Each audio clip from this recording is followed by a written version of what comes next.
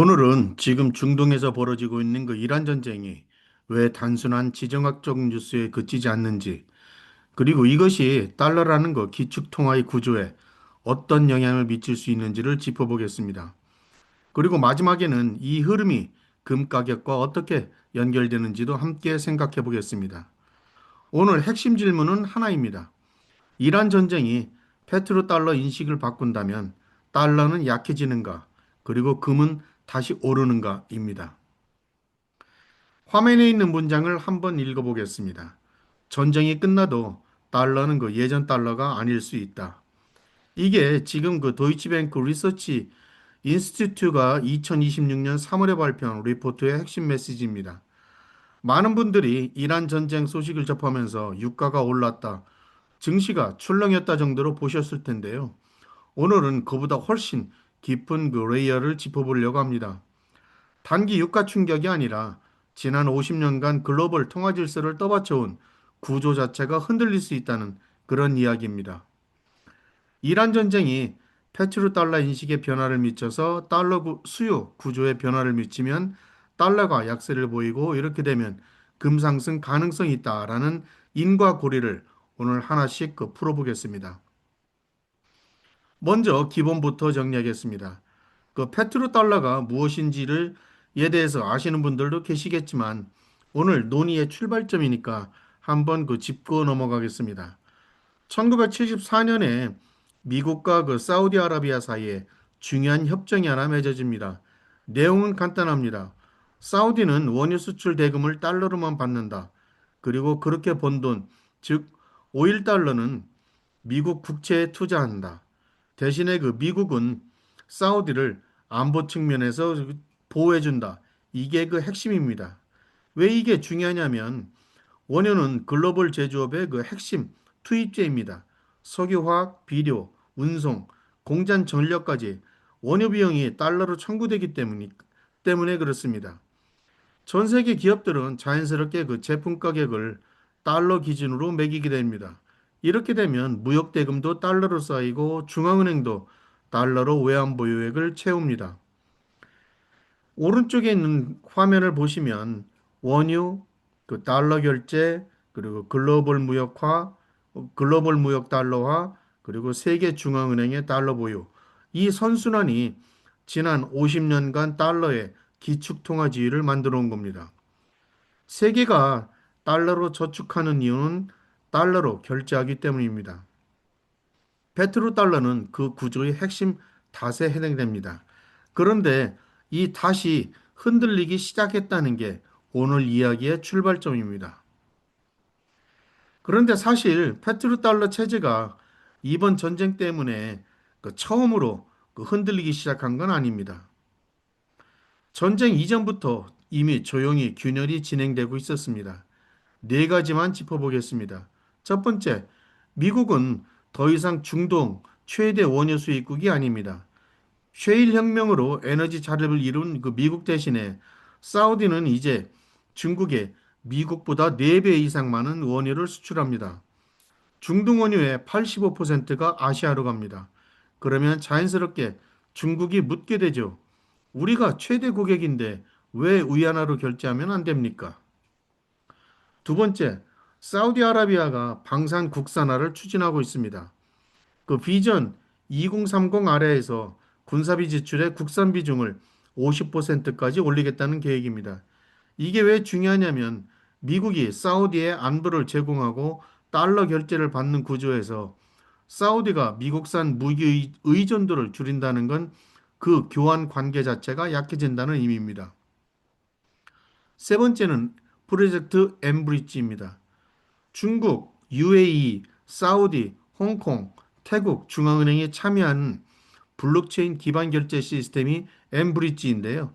핵심은 스위프트나 달러 환거래망 없이도 결제가 된다는 겁니다. 즉, 달러 밖에서 돈이 오가는 인프라가 이미 구축되어 가동 단계에 있다는 얘기입니다. 네 번째, 러시아와 이란 제재로 인해서 상당한 원유 거래가 이미 달러 외 통화로 거래되고 있습니다. 루블, 위안, 루피, 비달러 결제가 실전 테스트를 이미 마친 셈입니다. 요약하면 전쟁이 터지기 전부터 페트로달러 체제를 떠받치는 네 가지 기둥, 원유 수요처, 안보 교환, 결제 인프라, 제재 예외, 이 모두가 조금씩 흔들리고 있었다는 이야기입니다. 왼쪽 그 그래프를 보시면 지역별 무역 결제에서 달러가 차지하는 비중이 어느 정도인지를 알 수 있습니다. 미국은 사실상 거의 그 100%에 가깝고 아시아 태평양도 70% 이상입니다. 유럽은 달러와 유로가 나눠져 있지만 여전히 달러 비중이 높습니다. 이것이 바로 페트로 달러의 힘입니다. 그리고 오른쪽 그래프 사우디아라비아의 그 원유 수출 대상국별 추이입니다. 파란 실선이 중국이고요. 옅은 선이 미국인데 2016년까지만 해도 비슷했던 두 선이 지금은 완전히 벌어졌습니다. 중국이 압도적 1위입니다. 사우디 입장에서 보면 최대 고객이 미국에서 중국으로 바뀐 것입니다. 이번 전쟁은 기존의 균열 위에 세 가지 새로운 충격을 더했습니다. 첫 번째는 미국 안보 우산의 실질적인 균열입니다. 이번 전쟁에서 걸프 지역의 미군 기지와 원유 인프라가 직접 공격을 받았습니다. 호르무즈 해협이 봉쇄되면서 미국이 해상 안보를 제공할 수 있는 능력 자체에 의문이 생기게 되었습니다. 그리고 이 피해는 고스란히 에너지 수입국인 유럽, 일본, 한국 같은 전통적 미국 우방에 불균형적으로 집중됐습니다. 두 번째, 미국 주도가 아닌 양자 외교가 원유를 통과시켰습니다. 호르무즈 해협을 통과한 유주선은 중국행, 인도행, 일본행이었습니다. 미국이 주도하는 다자해상 안보 체계가 아니라 각국이 이란과 직접 협상해서 얻어낸 통과권이었습니다. 안보 구조가 이제 다자에서 양제로 바뀌고 있다는 신호입니다. 세 번째, 가장 중요한 부분인데요. 이란이 8개국과 호르무즈 해협 통과권을 협상하면서 원유 결제를 위안화로 요구하고 있다는 보도입니다. 텔레그라프, CNN, 조선일보 등 다수 매체에서 보도됐습니다. 아직 최종 타결된 것은 아닙니다. 그러나 이것이 현실화된다면 페트로 달러에서 페트로 위안으로 넘어가는 역사적 분기점이 될 수 있습니다. 그런데 한쪽만 보시면 안 됩니다. 달러에 유리한 요인도 있습니다. 왼쪽 그래프를 보시면 미국이 서반구 전체의 원유, 즉 미국, 캐나다, 중남미를 합산하면 오펙의 전체 매장량을 훨씬 상회합니다. 미국이 세계 최대 원유 공급자가 된다면 거래 조건을 설정하는 힘도 따라오고 달러 결제를 유지할 레버리지도 생깁니다. 오른쪽 그래프는 메나 지역의 공공부문 저축 규모입니다. 국부 펀드에만 약 6조 달러, 그 중앙은행 보유액도 약 2조 달러, GCC 국가들은 달러, 그 페그제를 운영하고 있고 이 막대한 달러 자산을 유지하는 데 이해관계가 있습니다. 달러에서 갑자기 이탈하면 자신들의 패그 자체가 공격받을 수 있습니다. 다만 여기서 역설이 있습니다. 전쟁 피해 복구를 위해 이 달러 자산을 매도해야 하는 상황이 오면 그것 자체가 달러 약세 압력이 됩니다. 그렇다면 달러는 실제로 약해질까요? 단기와 장기를 나눠서 보는 게 중요합니다. 단기적으로는 달러가 안전자산 프리미엄을 누릴 수 있습니다. 미국은 에너지 자립 상태이고 전쟁터에서 지리적으로 멀리 떨어져 있습니다. 이 점에서는 상대적으로 안전한 피난처입니다. 미국 원유 생산업체들은 오히려 그 고유가 수혜를 받습니다. 그러나 단기 강세폭은 제한적입니다. 군비 지출이 늘면서 미국의 재정 리스크가 커지고 있고 아시아와 중동에서 미국 부채를 매도해서 자국 통화를 방어하는 움직임도 나오고 있습니다. 실제로 이번 위기에서 달러가 크게 강해지지 못한 이유가 여기에 있습니다. 장기적으로가 훨씬 중요합니다. 페트로달러 인식이 바뀌면 세계가 무역 대금을 달러로 결제할 유인이 줄어들 것이고 이렇게 되면 달러 수요 구조 자체가 흔들릴 것입니다. 그 걸프 국가들이 달러 자산을 빨아서 국내 국가에 쓰기 시작하면 달러 약세 압력은 더욱더 현실화될 것입니다. 그래서 단기적으로 안전자산 프리미엄이냐 장기 기반 훼손이냐 더 중요하고 지속적인 영향은 역시 장기에 있다고 볼 수 있습니다. 이제 더 큰 그림으로 가보겠습니다. 도이치뱅크가 그 가장 강조하는 리스크 중 하나인 그 달러 약세보다도 세계가 원유 자체에서 멀어지는 흐름입니다. 1973년 오일 쇼크 이후에도 그 비슷한 일이 있었습니다.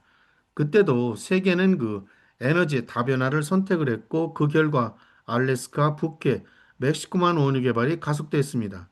지금도 그 흐름이 다시 시작되고 있습니다. 이러한 그 첫 번째 선택으로 화석연료 자국 확대입니다. 영국과 브라질처럼 자국 내 원유 가스 개발을 늘리는 겁니다. 세계가 화석연료에서 완전히 벗어나지 못하더라도 글로벌 원유 교역량 자체가 줄면 달러 결제 수요도 자연스럽게 줄어듭니다. 두 번째로는 그 재생에너지 그 전면 확대입니다. 중국이 전 세계 그 태양광 패널의 80% 그리고 그 풍력의 70% 리튬의 70%를 그 생산합니다. 재생에너지 비용이 1970년대보다 훨씬 내려왔기 때문에 현실적인 선택지입니다. 다만 이 경우 중국 그 단일 공급망에 대한 그 의존도가 높아진다는 리스크가 있습니다. 세 번째로는 그 진정한 에너지 독립의 선택, 즉 원자력입니다. 도이치뱅크 리포트에서는 유럽, 일본, 한국 등 전통적인 미국 우방 국가들이 이 원자력을 중심으로 에너지 독립을 추구할 것으로 봅니다. 오래 걸리겠지만 환율에 가장 강력한 장기 함의를 갖는 선택입니다. 특히 한국은 에너지 수입국이면서 호르무즈 해협에 직접 노출된 국가입니다. 이 논의에 직접 당사자라는 점도 잊지 마시기 바랍니다. 이 왼쪽 그래프를 보시면 10년간의 그 에너지 믹스의 변화입니다. 중국은 재생에너지 구조를 그 훨씬 더 높였고요. 미국은 반대로 화석연료 비중을 훨씬 늘렸습니다. 에너지 전략에서 미중이 완전히 다른 방향으로 가고 있다는 걸 보여줍니다. 오른쪽은 일본의 원자력 발전량 추이입니다. 2011년 후쿠시마 이후 급감했다가 최근 다시 올라오는 모습입니다. 일본이 에너지 자립에서 원자력 재가동을 선택하고 있는 신호입니다. 한국도 같은 방향을 검토할 근거가 생기고 있습니다. 그리고 리포트의 핵심 문장인데요. 탈석유 전환은 원유를 다른 통화로 결제하려는 압력만큼이나 강력한 달러 약화 요인이 될 수 있다는 점입니다. 자, 이제 오늘 영상의 핵심 질문으로 돌아옵니다. 이 모든 흐름이 금에는 어떤 의미가 있는지를 구조적으로 살펴보겠습니다. 첫 번째, 페트로 달러에 대한 인식이 변화되면 달러 수요 구조에 훼손이 옵니다. 이렇게 되면 그 걸프 국가들이 전쟁 피해 복구를 위해서 그 달러 자산 매도를 하기 시작합니다. 이렇게 돼서 달러 약세 압력이 현실화됩니다. 세 번째 단계로는 달러 약세와 지정학적 그 불안이 겹치게 되면 실물 가치 저장 수단에 대한 수요가 급증합니다. 역사적으로 그 수혜는 금이 받아왔습니다. 여기에 세계 중앙은행들, 특히 그 중국과 신흥국 중앙은행들이 금매입을 가속화하면 구조적인 수요 기반이 형성됩니다. 이 오른쪽에는 지금 주시해야 할 다섯 가지 지표를 정리해뒀습니다. 첫 번째는 역시 호르무즈 위안화 결제 협상 타결 여부입니다. 두 번째는 메나 국부펀드의 미국 국채 매도 규모입니다. 세 번째는 중앙은행의 금매입 추이, 그리고 네 번째로는 제가 단기적으로 가장 강조하고 있는 실질금리 방향입니다. 마지막으로는 달러 인덱스 추세 전환 가능성에 대한 그 신호입니다. 물론 아직까지 아무것도 확정된 건 없습니다. 그래서 다음 슬라이드가 중요합니다. 오늘 내용을 네 가지 문장으로 정리를 하겠습니다. 페트로달러 체제는 이번 전쟁 이전부터 균열이 시작됐다. 전쟁은 그 속도를 앞당기는 촉매다. 달러는 달러의 그 단기 안전 자산 지위는 유지된다. 그렇지만 더 중요한 것은 장기 기반, 즉 원유 결제 통화로서의 달러 지위가 흔들리고 있다는 점입니다. 세 번째, 달러 약세 구조가 현실화되면 금은 자연스러운 수혜 자산이 될 것입니다. 역사는 이 패턴을 반복해 왔습니다. 넷째, 단정은 금물입니다. 미국의 서반구 원유 장악 가능성, GCC의 달러 자산 유지 이해관계 등 완화 요인도 여전히 유효합니다. 제목에서 제가 금은 다시 오르는가라는 물음표를 달았습니다. 이 물음표는 의도한 것입니다. 지금 단계에서 단정할 수는 없습니다. 그렇지만 방향은 읽어야 합니다. 페트로달러라는 50년 된 구조가 흔들리고 있다는 것, 이 흐름이 달러에 장기적으로 불리하게 작용할 수 있다는 것, 그리고 그 수혜 자산으로 금이 가장 논리적으로 부각되고 있다는 것, 이 세 가지는 오늘 분명하게 확인했습니다. 오늘 영상은 여기까지입니다. 제 영상이 도움이 되었다면 구독과 좋아요 버튼을 꼭 좀 부탁드립니다. 다음 영상에서 찾아뵙겠습니다. 감사합니다.